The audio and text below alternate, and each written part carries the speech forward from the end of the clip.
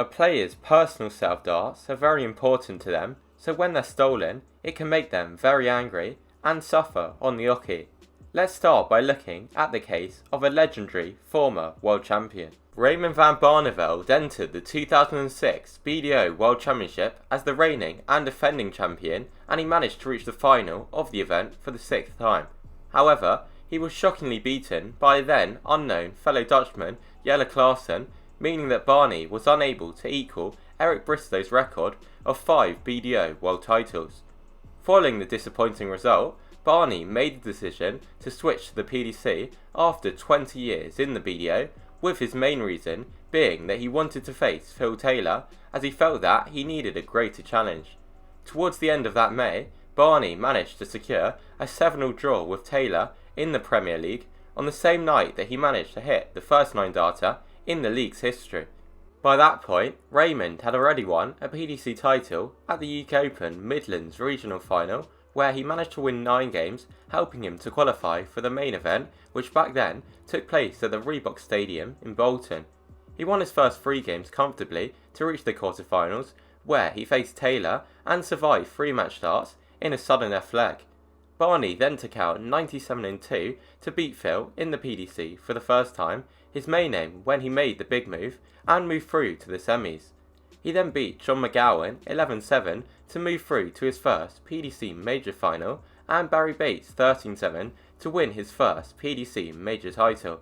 Barneveld looked delighted but cool, calm and composed after the win, celebrating in front of the crowd.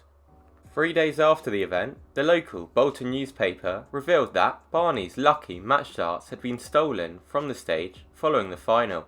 It was believed that his darts were taken from the on-stage drinks podium. The darts were the same ones that Raymond threw his Premier League 9-darter with, meaning that they meant a lot to him. He said that he normally wouldn't mind, but that the darts were very special to him. He added that he didn't blame the fans, as everyone was very excited and they were probably just caught up in the heat of the moment. He said that he loved playing in Bolton, but that it would be a shame if he didn't get his darts back. He didn't report the theft to the police, and even added that if they were returned, he would give the thief another set, as he just wanted those particular ones back desperately. The article added that the darts could be handed in at the Reebok Stadium, which is where the event took place. The stadium did eventually get a call from a fan who claimed that he took the darts. PDC Chief Executive Matt Porter said that the fan said that he was sending them back, but that at the time the article came out, they'd yet to receive them. 2 months later, another article came out revealing that, despite the offer of a reward, the darts never turned up. Porter said that the guy said that his mate had given them to him, and that the fan had turned down an offer from the PDC to collect them if he didn't want to drop them off. Barney lost his darts again in 2021, but they were not stolen, rather lost by airline KLM after a flight from Amsterdam to Manchester ahead of a set of Pro Tour events. They were unable to track the bag, leaving Barney angry. Luckily, Raymond's sponsors Target were able to deliver him darts equipment and shirts on the same day, allowing him to play in the events with his own familiar equipment. I guess that's the advantage of being one of the top pros whose darts are sold everywhere. He did eventually get the bag back, but over 2 days later. The airline must have hated him, as that was the 3rd time they'd lost his bag in a short period. Now let's look at another player's misfortune, that of Nick Fulwell. Nick first appeared in a World Championship at Ali Pali in 2009, losing in a deciding set to Mark Dudbridge in round 1. It was then over a decade later before Fulwell appeared in another World Championship, as in 2020 he played in the BDO edition at the O2. He was beaten in the first round in a deciding set again, this time by David Evans. However, he did pick up his first World Championship win as he managed to beat David Cameron in the preliminary round.